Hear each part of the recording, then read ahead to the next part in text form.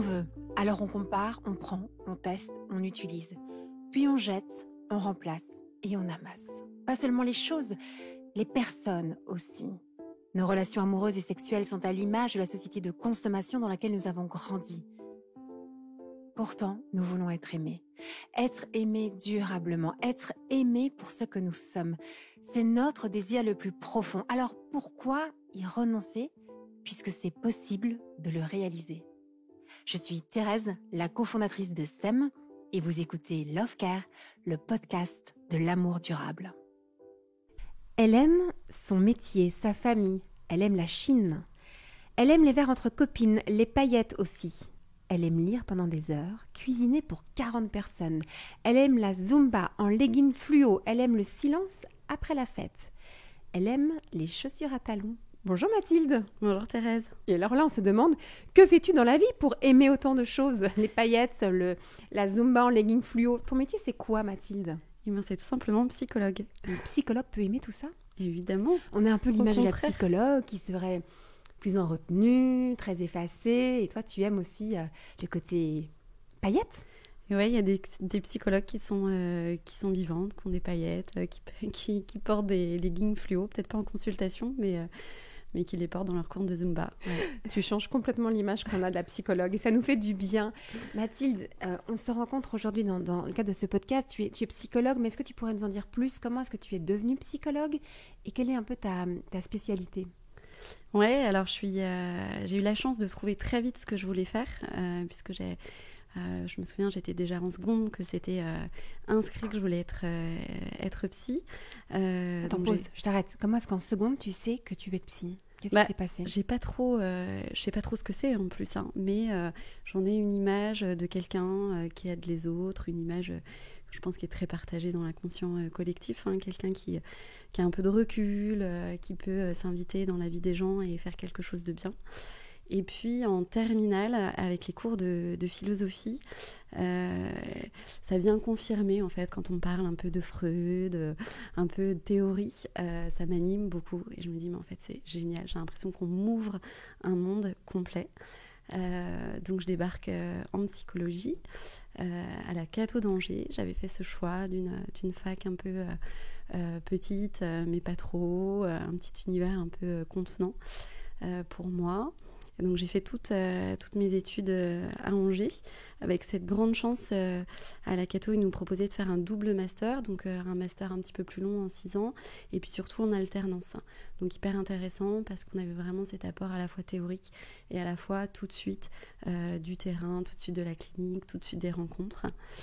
Donc voilà, donc au bout de 6 ans je suis diplômée. Après 6 années vraiment passionnantes où je me suis régalée. Un peu plus chaque année.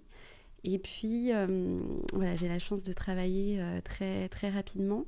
Je travaillais en soins palliatifs à cette époque à l'hôpital. Et je me dis, là, il me manque quelque chose. Il me manque un peu des outils concrets, notamment quand je recevais les parents ou les enfants, ou voilà, tout l'entourage en fait, de la personne hospitalisée.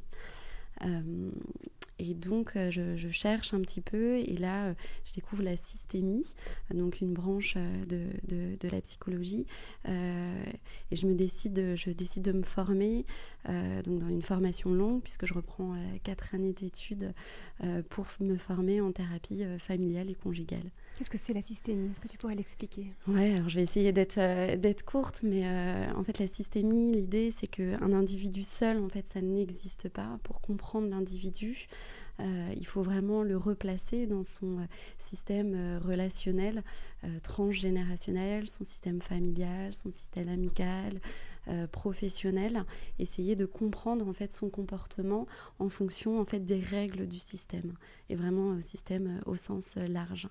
Donc ça, c'est un peu pour vraiment, je schématise beaucoup, mais l'apport théorique. Mais très concrètement, c'est aussi une façon de travailler où on est très libre, où il y a beaucoup de créativité, on mise beaucoup sur les ressources du patient. On a des outils qui sont aussi très concrets pour aider les patients à élaborer, pour aider les patients à se décaler de leur histoire, pour en comprendre quelque chose. Donc, c'est un outil très vivant. Et quand tu fais la systémie, tu as toujours plusieurs membres d'une famille ? Alors, pas forcément. On peut faire la systémie en individuel. Et ça, j'ai envie de dire, ça transpire dans les consultations, dans les références théoriques, aussi dans les exercices proposés aux patients. Et puis, évidemment, je reçois aussi donc les couples et les familles élargies. Donc parfois 2, 3, 4, 5, 6, voire plus de personnes au cabinet. Ouais. Qu'est-ce que tu aimes le plus dans ton travail ? Je crois que j'aime être un peu ce témoin privilégié de l'évolution, de voir les personnes se transformer, faire des petits ou des immenses pas. Je me trouve hyper chanceuse, en fait, de les voir évoluer comme ça. Je trouve ça assez incroyable. Ça donne envie. Et ce qui est le plus difficile à vivre dans ton travail, tu dirais quoi ? La charge émotionnelle, parce que moi, je suis très touchée par mes patients. Quand je m'engage à travailler avec quelqu'un, c'est que je sens qu'il y a le feeling entre nous, et donc évidemment j'y mets toutes mes compétences, mais j'y mets aussi mon humanité, quoi. Donc parfois on est très touchés, il y a des séances qui nous impactent beaucoup, qui sont un peu difficiles pour nous, et en même temps c'est ce qui fait la magie de ce métier. Tu fais comment pour décompresser ? Tu fais de la Zumba, justement ? Pas assez, mais c'est ça, les verres entre copines, faire du sport, rigoler, lire, beaucoup marcher, aller chiner, enfin tout ça, me raccrocher un peu au réel, quoi. Ouais, tu as besoin de vivre ça aussi avec tout ce que tu entends. Ouais. Aujourd'hui, tu as un domaine d'expertise plus particulier ? Tu disais que tu es passée par les soins palliatifs, donc là, l'accompagnement vers la fin de vie, la mort. Aujourd'hui, tu dirais quoi ? Alors moi, j'ai fait un peu le grand écart parce que je continue à travailler autour de la pathologie somatique. Donc j'ai mon cabinet des personnes qui ont des pathologies très lourdes, comme la maladie de Charcot, des diabètes lourds, etc. Parfois, les accompagner jusqu'au bout. Et à la fois, j'ai tout un volet autour de la périnatalité. Je travaille beaucoup avec des sages-femmes, par exemple, des pédiatres. Donc, j'accompagne aussi les femmes enceintes. Et puis, j'accompagne beaucoup de couples en espérance d'enfants, couples ou de femmes ou d'hommes. Et c'est vraiment le sujet qu'on voulait aborder ensemble. Ouais. Les couples en espérance d'enfants. C'est une vraie situation, ça, où les personnes, on peut parler des couples, mais aussi, je voudrais qu'on puisse élargir à toute personne qui a un désir d'enfant. Moi, je rencontre aussi beaucoup de célibataires, femmes ou hommes, qui ont le désir d'enfant, mais qui n'ont pas encore trouvé la personne avec qui construire leur famille. Ouais. Et quand on a ce désir et que pour différentes raisons, il ne peut pas être vécu, ça peut engendrer pas mal de souffrance. Ouais. Qu'est-ce que toi, tu observes le plus ? Qu'est-ce que tu pourrais dire par rapport à cette difficulté ou cette souffrance de ne pas avoir d'enfant ? Ouais, alors je pourrais dire beaucoup de choses. J'espère qu'on a un peu de temps pour justement déplier un peu tout ce qu'il y aurait à dire. La première chose, là, ça me touche, Thérèse, parce que tu parles de souffrance, et je trouve que finalement c'est peu reconnu comme ça par l'extérieur.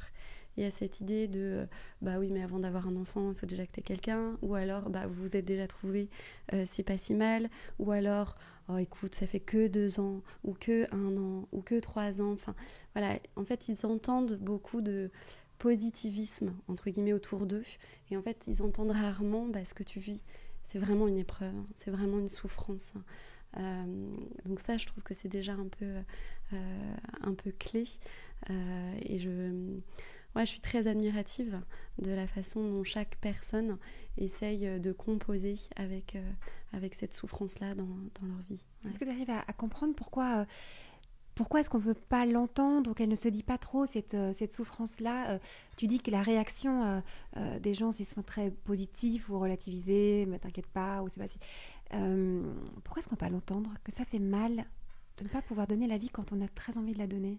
Je crois qu'on est un peu tous pareils, parce qu'on fuit la souffrance de l'autre. C'est pas notre réflexe naturel, finalement, de l'entendre, d'essayer de l'apaiser. On a quelque chose parfois un peu de panique à bord. Je sors quelque chose alors que un peu tout près, alors que c'est pas forcément ça que je pense. Ou alors, ça me fait tellement de peine de voir mon proche qui souffre que je vais essayer de positiver parce que j'ai un peu cette idée que si moi aussi je lui dis que ça me fait de la peine ou si j'ouvre ce chapitre, j'ai un peu peur qu'il s'effondre, quoi, ou que moi aussi d'ailleurs ça me fasse trop mal.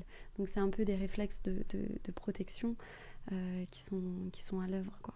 Et quand je repense aux différentes réactions, tu en as verbalisé plusieurs. J'en pense à une autre qui est quand on a déjà eu un enfant, 2 ou 3, et qu'on a envie d'avoir d'autres enfants. Alors là, mais tu as déjà un enfant, tu as déjà 2 enfants ou 3 ou 4. Tu ne devrais pas souffrir de ne pas en avoir d'autres. Ça, tu l'as déjà entendu aussi, cette phrase-là. C'est comme si elle n'était pas reconnue, ce désir, cette souffrance, le fait que ça fasse mal, que ce ne soit pas reconnu. J'essaie de voir encore dans d'autres situations, mais ça, je crois que ça parle à beaucoup. Oui, bien sûr. Parce que finalement, tu vois, on a toutes et tous grandi dans une société où on nous disait on a un enfant quand on veut, comme on veut, avec qui on veut. Et puis le jour où on veut et qu'on n'a pas, on fait comment ? Oui, et puis on est très renforcé par des messages de c'est possible, il y a plein de choses qui existent, donc si vous voulez, vous allez pouvoir avoir un enfant. Alors qu'en fait, je trouve que quand on travaille dans le domaine de la périnatalité, mais aussi du domaine de fin de vie, en fait, on est très, très humble devant la vie et de voir qu'on maîtrise pas tout, qu'on ne choisit pas tout et que parfois on a composé avec des choses très, très douloureuses, quoi. Est-ce que tu arrives à nous expliquer comment est-ce qu'on peut comprendre la souffrance, sa propre souffrance de ne pas avoir d'enfant ou celle d'un proche ? Pourquoi est-ce que ça fait tant souffrir ? Je pense que ça renvoie chacun à son projet de vie. Donc chacun va se projeter. Donc qu'est-ce que moi dans cette situation j'aurais fait ? Qu'est-ce que moi j'attends de la vie ? Si moi j'en attends 2 enfants, elle en veut 3, 4, mais pourquoi en fait j'ai du mal à me mettre à sa place. Ou alors ça nous renvoie tout simplement, encore une fois, à cette idée de on n'est pas tout puissant. Et en fait on n'aime pas beaucoup ça, nous les êtres humains, on aime être dans la maîtrise, dans l'action, et quand on est confronté comme ça à quelque chose de, entre guillemets, de plus grand que nous, c'est difficile. Donc on prend un peu des chemins comme ça de traverse pour essayer d'y échapper, quoi. Ça me parle beaucoup, ça, la question de cette toute-puissance et de faire, de voir qu'on ne peut pas tout maîtriser. C'est vraiment cette épreuve-là aussi. Je voudrais qu'on commence avec les célibataires, si tu veux bien, avant de parler des couples. Ouais. Qu'est-ce que toi, qu'est-ce que tu partages aux célibataires qui viennent te voir en te disant qu'ils ont le désir d'avoir des enfants, mais qui n'ont pas trouvé la personne avec qui fonder leur famille ? En sachant qu'aujourd'hui, on vit aussi à une époque où on peut très bien faire une démarche seule, soit pour faire une insémination ou quoi, ou alors une adoption. Et on peut le voir de plus en plus quand on s'approche de la quarantaine.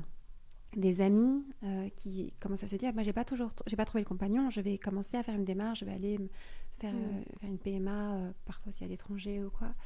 Qu'est-ce que tu réponds à ça, ou comment est-ce que tu peux alors est-ce que j'y réponds déjà? J'écoute parce que elles ont, je pense je pense à des patientes là que j'ai un peu dans la tête et dans le cœur quand tu parles. Déjà on écoute leur souffrance et on leur dit que bien sûr elles ont le droit, ils ou elles d'ailleurs, là je pense plus à des femmes, mais vraiment ils ont le droit de ressentir ça et que c'est extrêmement difficile d'avancer dans la vie quand il nous manque quelque chose de fondamental et qu'ils ont le droit de reconnaître que c'est fondamental pour eux. Donc ça, c'est déjà la première partie du travail en fait qui est assez énorme. Et puis après, en tant que psychologue, évidemment qu'on n'est pas là pour leur dire ce qu'ils peuvent faire, peuvent pas faire. On est là pour les aider à en fait un peu élaborer leur projet. Est-ce que mon projet, c'est d'avoir un enfant, entre guillemets, quel que soit le prix? Est-ce que je me vois d'être mère ou père célibataire? Est-ce que mon projet, c'est avant tout de fonder une famille avec quelqu'un? Est-ce que je me vois renoncer à ça parce que le désir d'enfant est plus fort? Enfin, voilà, on est là pour vraiment les aider à réfléchir à ça, de manière à ce qu'ils prennent leurs décisions avec le plus de de clés possibles en fonction de qui ils sont, de quoi ils ont envie, et puis peut-être aussi de leurs limites, de ce qu'ils estiment être une limite ou pas. Ça, c'est très subjectif. Donc ça vaut la peine de s'en ouvrir à quelqu'un, d'oser parler de son désir d'enfant à une personne qui est capable de nous écouter. On a vu que l'entourage n'est pas toujours capable d'écouter. Ouais. Alors évidemment, il y a des pépites dans l'entourage. Je vais me faire taper des bons amis, des bonnes personnes dans la famille. Mais c'est vrai que quand même dans l'entourage, comme il y a toute une charge affective très forte, on peut projeter sur l'autre nos propres conceptions de la vie, de la famille, de la grossesse, de l'enfant, enfin bref. Et l'avantage d'aller voir une personne comme toi, une psychologue, c'est qu'il y a une écoute active et comment dire, sans projection, quoi, qui permet de faire la lumière en soi. Qu'est-ce que ce désir vient me dire? Ouais, là, je pense à certaines patientes qui, je me souviens, pendant les 3 premiers rendez-vous, elles ont fait que pleurer. Elles me disaient, mais je suis désolée, je pleure jamais. Ben justement, en fait, parce que est-ce que vous avez de l'espace pour parler de vous, de ce que vous ressentez? Et c'est souvent, je pense à des patientes qui sont des sacrées femmes, quoi, qui ont plein d'amis, qui sont bien entourées, qui ont des situations professionnelles qui les épanouissent. Mais du coup, elles se sentent pas forcément légitimes à dire, ouais, mais en fait, il y a quelque chose qui me manque, qui est terrible, quoi. Alors, parfois c'est un conjoint et parfois c'est ce désir de l'enfant avec elle parle souvent de cette horloge biologique là qui devient presque tyrannique dans leur vie, quoi, comme si le compte à rebours était enclenché et que là fallait faire au plus vite. C'est là la grande différence entre les femmes et les hommes. Et dans ta proposition, c'est d'abord de s'ouvrir, d'en parler, de se sentir comprise dans ce qu'on ressent. Ça, c'est déjà une première étape. Oui, tout à fait. Tout à fait. Faire la lumière sur son désir. Exactement. Et après, vraiment penser ce désir d'enfant, encore une fois, très concrètement, quoi. Est-ce que d'où ça vient, ce désir d'enfant, comment la personne s'était projetée, avec combien d'enfants, qu'est-ce qu'elle imaginait de sa vie de famille, qu'est-ce que ça vient dire aussi de ce qu'elle a vécu en tant qu'enfant. Voilà, évidemment, il y a beaucoup de résonance. Donc encore une fois, essayer d'élaborer son projet pour la suite avec la personne. Ça, c'est déjà une première étape. Et alors pour les couples, pour ceux qui ont trouvé, celles et ceux qui ont trouvé l'amour de leur vie, avec qui ils ont envie de construire la famille, une famille qui n'arrive pas naturellement, spontanément, comment est-ce que toi tu les accueilles, ces couples-là ? Alors les couples que je vois soit ensemble, soit en individuel, ça dépend. Parce que parfois c'est pas possible pour eux de venir ensemble parce que la douleur de l'autre est insupportable à entendre. Donc parfois ils font le choix de venir en séparer. Il y a quelque chose que je leur dis beaucoup, c'est prenez soin de vous. Votre trésor, il est maintenant, il est tout de suite. Personne ne peut vous l'enlever. Votre trésor, c'est votre amour. Ça, c'est très, très important. C'est quelque chose qu'on rabâche parce que le couple va tellement être éprouvé par la souffrance, par les méthodes pour avoir cet enfant, quelles que soient les méthodes choisies. Ça va tellement envahir le couple que ce couple sera vraiment fragilisé. Donc vraiment, ce qu'on se dit, ce qu'on se répète en consultation, c'est prendre soin de son trésor, prendre soin de son amour. Mais Mathilde, ce qu'il y a de particulier avec le fait de ne pas arriver à avoir un enfant, c'est que on pense que l'enfant, c'est le fruit de l'amour. Donc si on n'arrive pas à porter ce fruit, peut-être qu'on s'aime pas, s'aime pas bien, qu'on a un problème dans notre relation, qu'il y a un problème dans notre amour, ou qu'on n'est pas fait pour ça, tous les deux. En fait, c'est immensément déstabilisant. Oui, tout à fait. Après, ça parle beaucoup justement de cette... là, tu mets le doigt sur un peu les hypothèses que le couple trouve pour expliquer, entre guillemets, l'inexplicable parfois. Parfois, il y a des raisons vraiment physiologiques, mais finalement pas tout le temps. Et puis même quand il y a ces raisons physiologiques, l'être humain a besoin de chercher de trouver finalement la cause, de mettre un sens quelque part à cette souffrance, à cette situation. Donc ce que tu évoques là, c'est peut-être si ça marche pas, c'est qu'on s'aime pas tant que ça. C'est une hypothèse que le couple peut faire. Et nous, tout notre travail de psychothérapeute conjugal, c'est de les aider à voir la beauté de leur couple tel qu'il est maintenant, quoi. Et que le fruit de leur couple, c'est leur amour avant tout. Voilà. Le fruit de leur amour, c'est quoi ? C'est leur couple. Ça marche dans les deux sens, quoi. Tu vois, c'est vraiment essayer de les décaler un peu par rapport à ça. Mais ça fait partie, et c'est un gros travail quand on accompagne des couples ou en individuel en espérance d'enfant, ce travail des hypothèses. Pourquoi ça m'arrive à moi ? Ouais, c'est comme la question qu'on se pose quand l'enfant ne vient pas. Ouais. Pourquoi ça m'arrive à moi ? Bien sûr. Qu'est-ce qui s'est passé ? Et est-ce que tu as pu aussi voir qu'il y a tout de suite un sentiment de culpabilité, de qu'est-ce que j'ai mal fait ? Qu'est-ce que on se remet en question ? Ou alors on accuse l'autre. Il y a un peu toujours ces deux tendances. Ouais, tout à fait. On accuse ou on s'accuse. Ouais. Mais dans l'infertilité, tu as déjà pu observer ça ? Oui, bien sûr. Sont tentés par ces deux écueils. Et d'autant plus que souvent, ils viennent me voir parce qu'il y a des professionnels qui les ont orientés. Donc, ils viennent un peu avec cette étiquette coupable de « on m'a dit que c'était psychologique ». Ça, je trouve ça terrible. Qui peut dire que c'est psychologique ? Et moi, je leur dis tout le temps, mais attendez, on va travailler le levier psychologique, mais on est bien plus complexe que ça, qu'il y a plein d'autres choses à travailler. Nous, on va faire au mieux sur cette partie-là. Mais voilà, les aider à sortir de cette culpabilité-là. Mais il est normal qu'elle s'exprime, en fait, cette culpabilité, ou alors cette attaque de l'autre. Alors, soit dans cette attaque parce qu'il y a vraiment quelque chose, encore une fois, physiologiquement chez l'autre, soit on attaque l'autre parce que il n'est pas très sérieux dans la prise des traitements, ou il fait pas le régime qu'il faut, ou il arrête pas de fumer, ou il boit trop, etc. Cette idée on essaye de se donner un maximum de chance. Donc, on va essayer un peu de maîtriser, de contrôler. Donc, si l'autre n'est pas là-dedans, c'est difficile.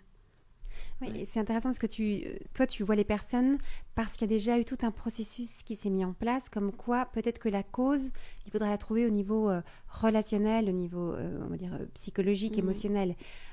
Là, aujourd'hui, en France, quand il y a une difficulté pour avoir un enfant, on va d'abord l'avoir au niveau médical, très physiologique, et finalement, l'approche émotionnelle ou psychologique vient pas, en tout cas dans un premier temps, vient souvent très très tard, quand on n'a pas trouvé les causes. Tu n'es pas d'accord avec ça ? Je trouve quand même qu'on a tendance à aller très vite dans le côté médical, avec aussi des procréations médicalement assistées, très rapides. Dès qu'on arrive avec la fameuse horloge biologique, on se dit il faut se dépêcher parce que... Et on ne prend pas systématiquement le temps de comprendre ce qui est en jeu, ce qui se passe chez l'un, chez l'autre. Et donc, il y a beaucoup de non-dits aussi qui peuvent rester. Et puis ça vient... donner cette image d'un côté il y aurait le corps et d'un côté il y a le psychologique. Ça, on n'est encore pas très bon pour unifier en fait le tout, alors que quand on est dans ce parcours pour attendre un enfant, quand bien même il n'y aurait peut-être pas des verrous, moi j'appelle ça pourtant des verrous psychologiques, il y a une souffrance et c'est toujours bon en fait d'avoir un lieu où on peut déposer sa souffrance. Ça ne veut pas dire qu'on va avoir un suivi hyper régulier, mais voilà, peut-être d'avoir identifié quand ça fait trop mal, je peux activer cette ressource extérieure qui est le psychologue. Mais Mathilde, moi, je comprends ce que tu dis, que c'est important d'avoir des lieux pour pouvoir exprimer sa souffrance. Mais j'ai découvert, dans mon expérience personnelle, dans mes relations avec d'autres personnes qui pensent différemment que moi, qu'il y a des personnes qui disent « Non, il ne faut surtout pas la dire, cette souffrance. » Et il y a des gens qui disent « Non, il ne faut pas en parler parce qu'en parler, c'est la faire exister et ça ne sert à rien. Il faut être plutôt solutionniste, trouver des solutions et avancer et pas prendre ce temps pour dire la souffrance. » Et moi, j'ai beaucoup de mal à expliquer à des proches que si ça fait du bien, toi, tu dirais quoi ? En fait, comment tu justifierais ou comment tu expliquerais le fait que ça peut être intéressant ou bon d'avoir un lieu pour exprimer sa souffrance ? Alors, j'aime le fait que tu dises « ça pourrait » parce que ces personnes qui me disent non, je vais pas me connecter à ma souffrance, je vais plutôt être dans l'action, c'est un mécanisme de défense. Donc par définition, c'est un mécanisme qui les protège. Donc si on les, entre guillemets, on les oblige à aller dans un autre mécanisme qui va être plutôt d'être dans l'échange, ça peut les mettre en difficulté. Donc c'est important d'avoir en tête que on va pas forcer les gens, quoi. Parfois il y a des temps aussi pour parler et il y a des temps pour être dans l'action, où il y a des temps pour essayer de mettre un peu à distance sa souffrance. Et ça, parfois on travaille ça au sein d'un couple, tu vois. Il y en a un qui a besoin de parler et il y en a un autre qui n'est pas du tout dans ce temps-là. Il y a cette dissonance émotionnelle entre eux. Donc c'est vraiment une question clé quand on les accompagne. Donc cette idée, c'est justement de ne pas les forcer à parler leur souffrance, à les reconnaître, mais à leur faire cette proposition. Parce que le risque à mettre très très loin la souffrance ou à les empiler, c'est qu'un jour, ça explose. C'est beaucoup trop. Donc là, on est en burn-out, on est en dépression, ou on est dans des conduites addictives ou dangereuses. Enfin, il y a quelque chose où la souffrance, en fait, elle suinte de partout et elle transpire. Parfois, c'est pas le cas. Il y a des gens qui ont des capacités résilientes face à la souffrance qui sont incroyables. Mais c'est prendre un risque quand même que de ne jamais déposer sa souffrance. Mais déposer sa souffrance, ça peut être...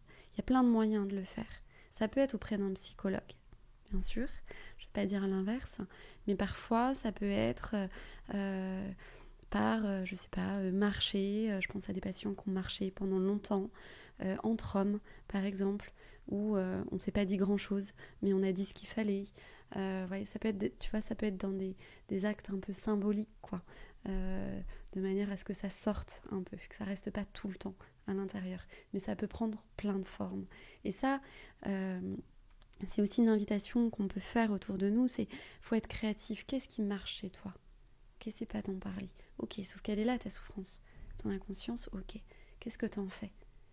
En fait, est-ce que toi, ça te donne de la force peut-être pour t'investir à droite à gauche, pour être encore plus dans ton boulot, etc. Enfin, il faut faire vraiment en fonction de la personne en face. Mais comment garder de la connexion si l'un et l'autre, on a une façon différente de vivre cette épreuve et des besoins différents pour la surmonter ?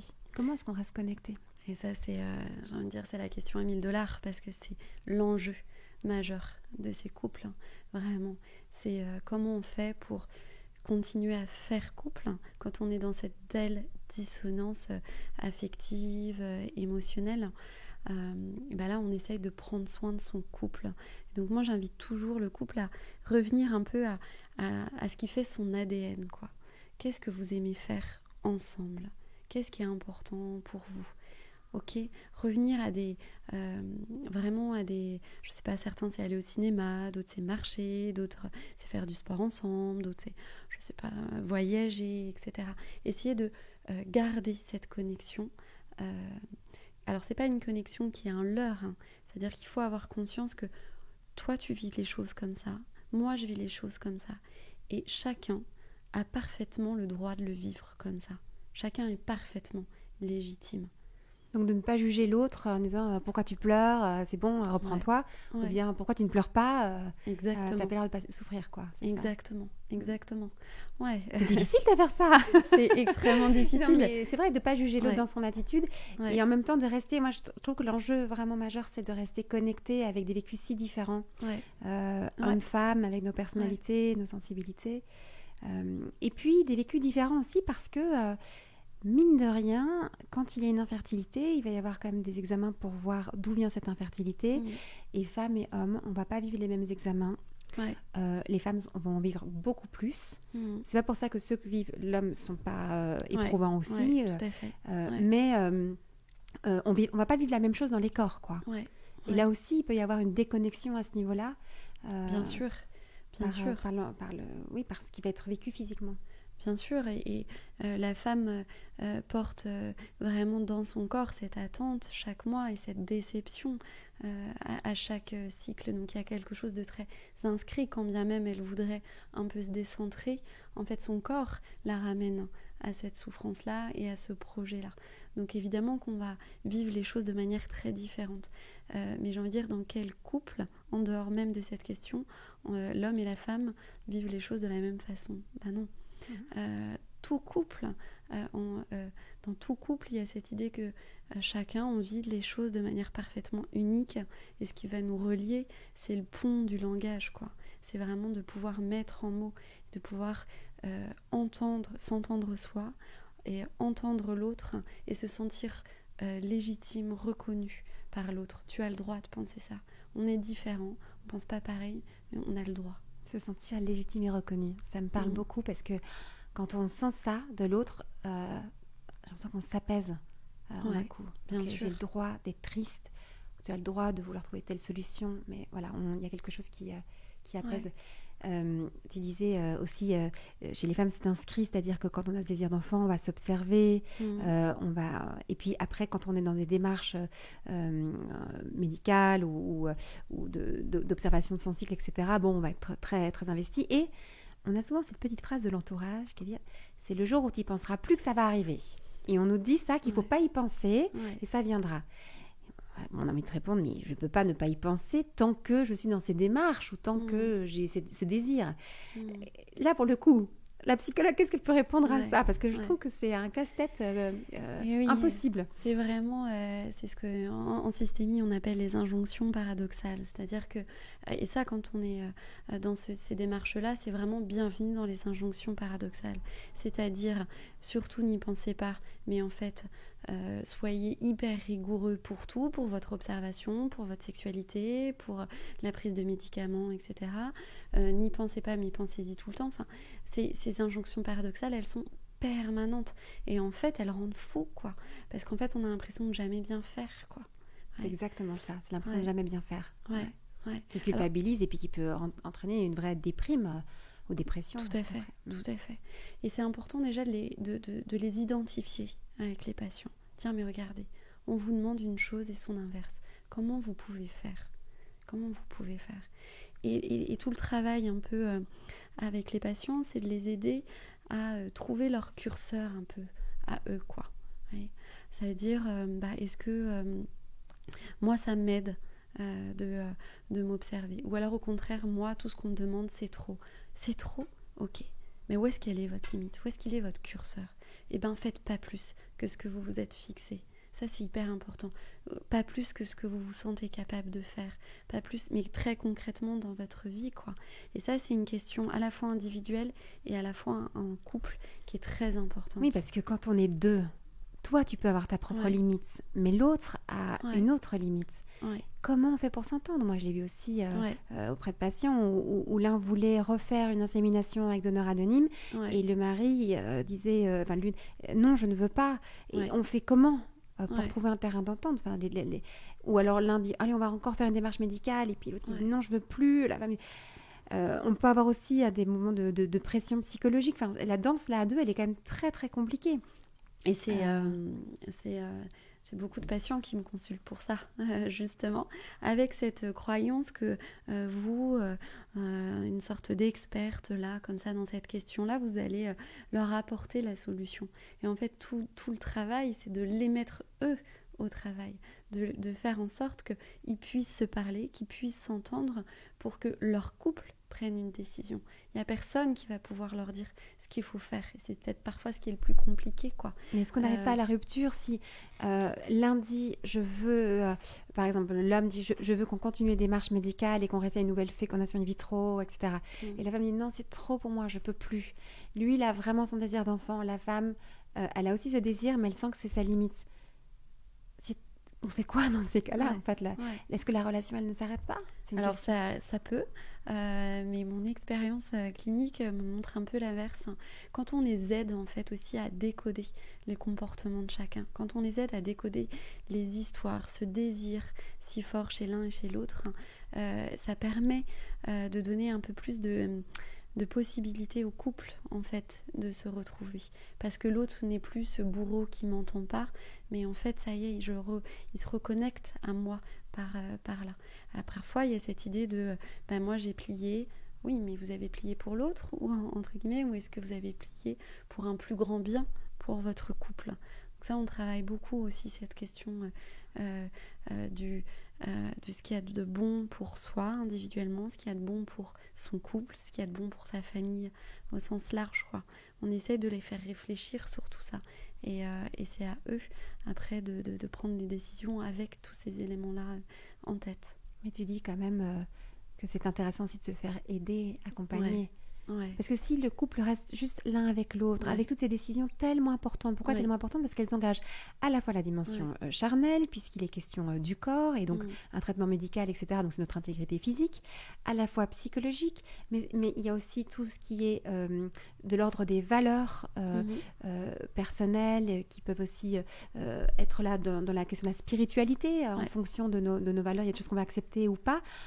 C'est quand même hyper complexe, cette affaire, non? Et tout seul, est-ce qu'on peut y arriver? Enfin, je me pose la question. Je pense que tout seul, quand même. Parce que tout seul, c'est difficile. D'avoir un tiers qui aide justement à penser, à mettre en mots, qui décode, encore une fois, qui aide à décoder le comportement de l'autre, parfois son comportement à soi. On peut être animé par des choses et on ne sait pas bien d'où ça vient. Ou alors, on n'a pas forcément conscience que là, on est en train d'atteindre une limite. Et on va le voir un peu trop tard. Donc je pense que c'est quand même très précieux pour ces couples d'être entourés. Après, ils s'en saisissent ou pas. Ça va dépendre aussi de les étapes du parcours. Mais c'est vraiment important que le couple soit, j'ai envie de dire, un peu qu'il y ait un maillage de professionnels autour d'eux. Souvent, il y a un médecin, il peut y avoir une sage-femme, des ostéopathes, des chiros. Tout ça, c'est extrêmement important de les envelopper, de les soutenir dans ce qu'ils ont à vivre. Et donc de ne pas aussi hésiter à demander de l'aide. C'est normal de demander de l'aide. Et si je reprends le fil de notre conversation, on a commencé sur cette souffrance. Et quand on souffre, c'est normal de demander de l'aide et il n'y a pas de honte à avoir. Et c'est pas quelque chose qu'on va surmonter tout seul. Mathilde, il y a quand même aussi un aspect extrêmement important par rapport à l'infertilité, c'est la question de la sexualité. Oui, tout à Parce fait. que le couple est être aussi impacté là, puisque au départ, pour avoir un enfant, en tout cas un couple homme-femme, c'est en faisant l'amour et en voyant qu'on peut faire l'amour et l'enfant ne vient pas. Quels vont être les impacts sur la sexualité du couple? Ouais, ça c'est vraiment quelque chose de très difficile aussi à préserver pour le couple, c'est leur sexualité, parce qu'ils vont avoir une sexualité qui va être très regardée, très contrôlée, qui va être vraiment orientée vers ce désir. Je pense souvent, j'ai des hommes au cabinet qui me disent « mais j'ai l'impression qu'il y a le médecin dans notre chambre ». Ça, je l'entends souvent. Ou alors, en fait, j'ai l'impression, parfois j'entends, mais j'ai l'impression, en fait, je suis juste le géniteur. Je fais plus l'amour à ma femme. Donc ça, c'est hyper important de pouvoir là aussi en parler, de pouvoir dire qu'est-ce que ça fait, qu'est-ce que c'est lourd, comment on fait pour garder notre sexualité, notre trésor à nous, puisque la sexualité, c'est l'expression aussi de nos sentiments, notamment de nos sentiments amoureux. C'est le langage du corps, comment on fait pour préserver ça. Et ça demande vraiment, je trouve, un espace pour en parler, pour s'en parler à soi, pour en parler à l'autre, pour réfléchir aussi à qu'est-ce qu'on peut faire pour ça. Parfois, je leur dis, mais vous savez quoi, soyez des mauvais élèves. C'est-à-dire qu'on vous a dit, faites ci, faites ça à telle heure, etc. Mais si c'est au détriment de finalement votre trésor, est-ce que là, il n'y a pas plutôt intérêt à désobéir un peu? Et en fait, souvent, désobéir, ça leur fait beaucoup de bien, parce qu'ils ont l'impression un peu d'une bulle d'air, Mais en tout cas, ce qui est important, c'est de les aider à être toujours acteurs, à être toujours présents dans leur corps, dans leur corps, et puis vraiment présents dans leur sexualité. Sinon, il y a une espèce un peu de déconnexion qui se fait, où c'est un peu les experts qui savent pour eux, et eux, ils vont faire.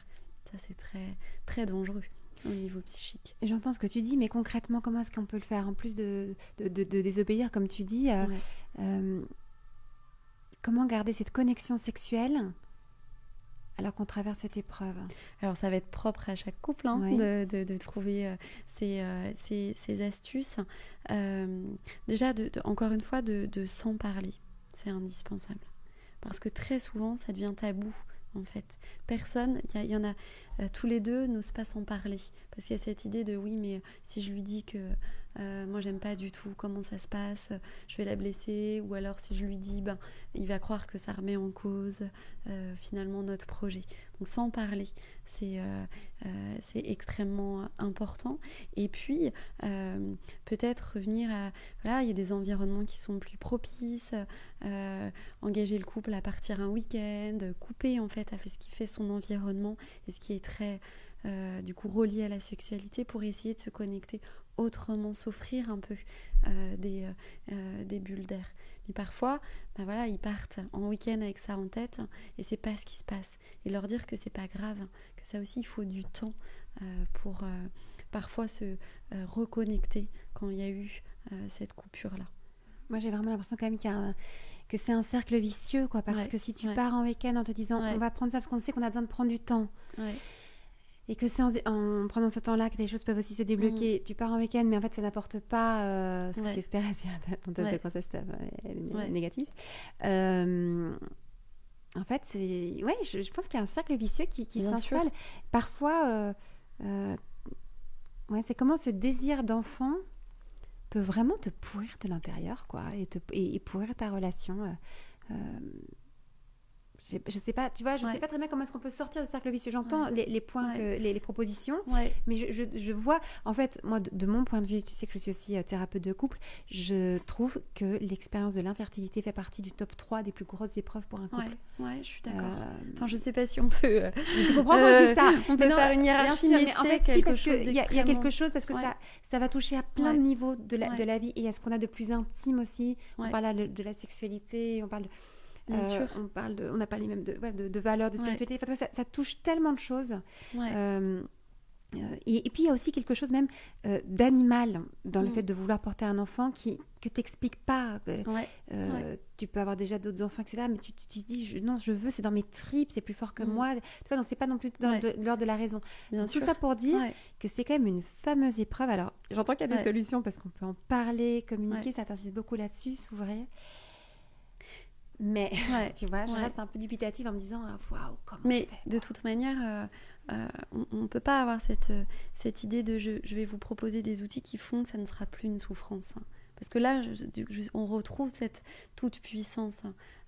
Donc en tant que thérapeute tout-puissant, on aurait les outils pour. Non. Nous, on va essayer d'accompagner les personnes pour qu'elles se connectent à leurs ressources individuelles et leurs ressources de couple. Donc, et ça, c'est vraiment, ça, j'insiste beaucoup là-dessus, c'est-à-dire que individuellement, qu'est-ce qui vous fait du bien ? Qu'est-ce qui vous permet de ne pas exploser dans cette souffrance ? C'est quoi ? C'est de travailler, c'est de danser, c'est de partir nager. Qu'est-ce que c'est ? Et ça, c'est un gros travail on va essayer d'activer le plus possible de vos ressources individuelles. Et c'est la même chose pour le couple. Qu'est-ce qui fait ressource dans votre couple ? Et je reviens à cette idée d'ADN. Qu'est-ce qui fait votre couple ? Et il ne s'agit pas de dire tout ça, si vous activez tout ça, vous aurez plus mal. Ça serait super. Et on aimerait tellement avoir les outils pour qu'ils aient le moins mal possible. Mais parfois, c'est de leur dire, oui, on est tous devant cette souffrance-là, mais vous avez les ressources pour dépasser ça. Moi, je travaille beaucoup avec les images, c'est un peu mon dada, j'aime beaucoup ça. Et souvent, on réfléchit à est-ce que vous pouvez me donner une image de cette souffrance ? Et si la souffrance, c'est un énorme trou qui prend tout le corps, c'est difficile de vivre quand on a son corps complètement troué. Parfois, au fur et à mesure de la thérapie, cet énorme trou se réduit un petit peu. Et en fait, c'est ce corps qui va se composer autour de ce trou. En fait, on va essayer d'en faire quelque chose. On va essayer, comme la nature parfois, tu sais, on voit des arbres qui poussent au milieu du béton ou avec des drôles de formes. Là, c'est un peu ça. L'être humain, la vie, elle va essayer de se frayer un chemin dans cette souffrance et on va essayer d'avancer avec ça. Ça ne veut pas dire que la souffrance sera jamais là, mais encore une fois, on va essayer de vivre avec cette souffrance-là. Tu dis de vivre avec, parce que quand on n'arrive pas à donner la vie, c'est notre vie qui peut partir, disparaître. Il y a quelque chose, on a l'impression Oui, il est question de ça, en fait, que de plus avoir de vie en soi. Ouais. Et là, tu dis, comment garder de la vie, même si on n'arrive pas à donner la vie, et de continuer à être vivant, à rester vivant malgré cela. Mais la vie, tu sais, c'est un mot tabou, quasiment dans les consultations. On le dit quasiment pas, les personnes le disent pas, parce que c'est cette idée de la vie, c'est donner la vie. Et donc l'idée, c'est aussi de les travailler avec eux, de où est-ce qu'elle est la vie maintenant en vous, comment elle s'exprime, où vous avez envie d'aller, qu'est-ce que vous avez envie de faire. Il ne s'agit pas de dire ça va être super, abandonner ce projet-là, ça va être super. Bien sûr que non, mais voir que peut-être ouvrir un peu le champ des possibles. J'entends, vous avez vraiment ce désir d'enfant, vous donnez un maximum. Pour le moment, la conclusion n'est pas celle qu'on espérait tous. Ok, d'accord. Alors qu'est-ce qu'il y a d'autre ? Qu'est-ce qu'on va faire ? Mathilde, il y a une autre chose, c'est que quand on est dans cette souffrance de ne pas pouvoir avoir d'enfant, parfois elle peut tellement être importante qu'on n'a plus la capacité de se réjouir pour les autres quand on entend que nos amis ont des enfants, une nouvelle grossesse ou quoi. Et ça, c'est aussi particulier. Comment ça va aussi briser quelque chose dans nos relations humaines. Tu as déjà pu observer ça aussi ? Oui, bien sûr, parce que c'est très culpabilisant pour les couples de dire « mais là, c'est horrible, j'en peux plus de recevoir le 15e faire-part » ou « mon ami l'a dit, mais c'était hyper maladroit » ou alors « c'était adroit, mais ça m'a exaspéré ». Et donc, là aussi, on accueille, on leur dit « mais bien sûr, mais c'est normal, mais bien sûr que c'est hyper douloureux pour vous ». Et en fait, on les invite à exprimer ça à leur entourage. Parce que l'entourage va être très démuni pour les accompagner, pour les aider. Donc souvent, l'entourage va faire en fonction de cette fameuse projection. J'imagine que moi, j'aurais aimé ça, donc je vais le faire. Sauf que dans les 3/4 du temps, on fait pchit, c'est pas ça, en fait. Donc, ils ont besoin, l'entourage a besoin que la personne ou le couple dise « là, c'est trop difficile pour moi. Je vous demande de ne pas faire ci ou au contraire de faire ça. » Et en fait, quand c'est parlé, ça évite ces phénomènes de rupture. Parfois, il y a de la distance qui s'instaure. Ça ne veut pas dire que ça sera toujours le cas. Mais je crois qu'il y a des étapes dans ce cheminement et qu'il y a certaines étapes là où c'est trop douloureux, où le couple a besoin de se protéger. Est-ce que tu penses à autre chose encore, Mathilde, que tu voudrais partager à ce sujet ? Oui, alors il y a quelque chose qui est important, je trouve, quand on travaille sur cette question du désir d'enfant. Il y a tout l'aspect transgénérationnel. Donc ça, c'est hyper important. C'est-à-dire, en fait, moi, enfant, quelle place j'ai eue ou quel modèle de parents j'ai eu ? Qu'est-ce qu'il y a dans mon histoire ? Quelle est l'histoire autour de la maternité, de la parentalité ? Et parfois, il y a des grands trous dans cette histoire ou des grands traumas. Et en fait, on est porteur de ces traumas. On parle aussi un peu en psychologie transgénérationnelle de patates chaudes, quoi. Donc c'est important. Tu dis patates chaudes parce qu'on se la renvoie, c'est ça c'est ça. On hérite de ça. Parce que c'est Anne Ancelin qui parlait de ça, de la patate chaude, qui peut aller jusqu'à 5 générations.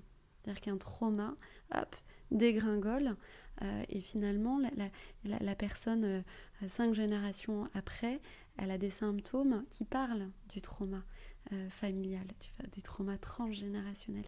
Donc, quand on est dans un travail avec une psychologue, il y a vraiment, moi j'ai vraiment une attention particulière à l'histoire transgénérationnelle. Comment c'était dans votre famille ? Encore une fois, les grossesses, la parentalité, mais aussi qu'est-ce que c'était qu'être un enfant ? Quels souvenirs vous avez de vos enfants, mais aussi de vos grands-parents, de vos parents, etc. Parce que ça peut vraiment être des verrous, en fait, inconscients à l'œuvre. Il y a des choses qui viennent bloquer, on n'en a pas conscience, mais ça vient bloquer. Je prends le cas le plus simple, entre guillemets. J'ai beaucoup souffert enfant, et quelque part, je suis terrorisée de reproduire ça. Donc il y a quelque chose qui se bloque en moi parce que j'ai peur de reproduire ce mauvais père ou cette mauvaise mère. Ça, c'est le cas le plus simple. Mais voilà, il y a plein de cas possibles. Et ça, je trouve que c'est vraiment important de pouvoir travailler ces verrous-là possibles. Mais est-ce que c'est prouvé, j'ai envie de dire, scientifiquement que une douleur ou un verrou, comme tu dis, inconscient, émotionnel, en gros une cause psychologique, puisse rendre impossible la conception ou la grossesse? Alors ça, c'est la psychologie, c'est la psychosomatique. Et ça, c'est vraiment quelque chose qu'on connaît depuis quand même très, très longtemps. Je dis jamais aussi, comment dirais-je, de manière aussi linéaire, il y a ça au niveau psychique, donc il y a ça dans le corps. C'est toujours plurifactoriel. Mais ce qui est certain, c'est que le psychisme va avoir une résonance dans le corps, et le corps sur le psychisme. On parlait d'unité tout à l'heure. Donc évidemment que c'est des phénomènes qu'on connaît bien. C'est cette idée des choses se passent dans l'inconscient ou dans le conscient, et ça vient bloquer dans le corps, que ce soit de l'homme ou la femme. Ouais. Et donc ça, on va vraiment travailler un peu les relations dans nos familles, les modèles qu'on a eus, les traces que ça a pu laisser en nous. Et ça peut être par exemple le cas de j'ai eu 1 enfant, 2 enfants, 3 enfants, et puis ce 4e il vient pas. Ce 4e vient pas, et vraiment j'en souffre beaucoup, on en souffre avec mon conjoint. J'avais ce désir-là. Je pense à une patiente, et en fait dans l'histoire de sa famille à lui, il y avait vraiment quelque chose d'un enfant mort, le 4e, et ça s'était répété. Et donc inconsciemment, il y avait peut-être cette peur mais en fait, si ce 4e arrive, peut-être que lui aussi, il va mourir comme toutes les autres. Et en fait, comme tous les autres, pardon. Et en fait, quand on met à jour ses croyances, quand on met à jour, quand on élabore, quand on met en récit ces traumas familiaux, c'est le meilleur moyen qu'ils ne soient plus dans le présent. Ouais. Tant que c'est dans l'inconscient, tant que c'est pas élaboré, finalement ça va s'agir dans les corps ou dans notre réalité. Plus c'est élaboré, plus il y a une distance possible qui se crée. Donc, morale de l'histoire, parler, s'ouvrir.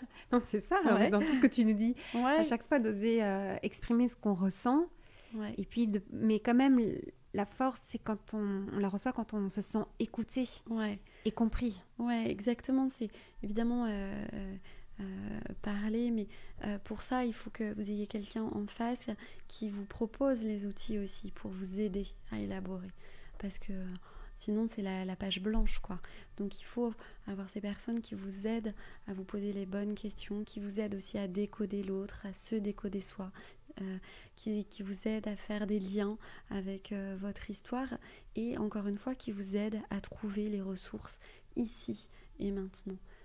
On l'a dit tout à l'heure, vraiment qui vous aident à être dans la vie, quoi, à regarder la beauté de votre vie maintenant, telle qu'elle est. Merci Mathilde pour tout ça. Avec joie. Merci Thérèse. C'est passionnant de t'écouter, vraiment j'adore. J'ai même pas vu le temps passer, et le temps est passé tellement vite. Mathilde, il y a une chose que tu voudrais partager à celles et ceux qui nous écoutent, que toi tu as compris ces dernières années par ton travail, ton expérience personnelle, ce serait laquelle par rapport à ce sujet du désir d'enfant? Une expérience un peu compliquée, mais je crois que je suis très touchée d'être là aujourd'hui, parce que j'avais un peu envie de rendre hommage à toutes les personnes là, que ce soit dans mes patients ou dans mon entourage, qui ont traversé ou qui traversent cette épreuve. Et moi, je suis toujours, je le dis sincèrement, éblouie par leur force individuelle ou par leur amour. Et j'ai vraiment envie de leur dire, mais voyez la beauté de ce que vous êtes, voyez la beauté de votre couple. Vous allez faire des merveilles. Alors peut-être que cette merveille, ça sera un enfant, peut-être pas, mais il y a merveille, vraiment. Et ça, c'est quelque chose qui me frappe vraiment systématiquement. Merci Mathilde. Merci infiniment, vraiment merci. Moi, ça m'a fait un bien fou de t'écouter, et j'espère que celles et ceux qui nous écoutent aussi ont des clés pour leur vie, ou pour aussi les amis ou les proches qui vivent cette épreuve de l'infertilité. Merci beaucoup Mathilde. Merci Thérèse. Au revoir.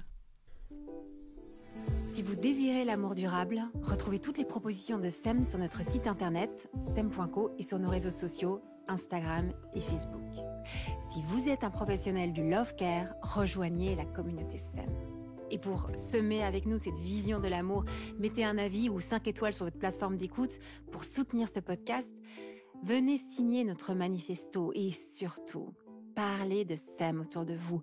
Parlez-en à vos amis, à vos familles, à vos collègues qui ont tant besoin d'être outillés et accompagnés pour vivre leur désir le plus profond, aimer et être aimé durablement.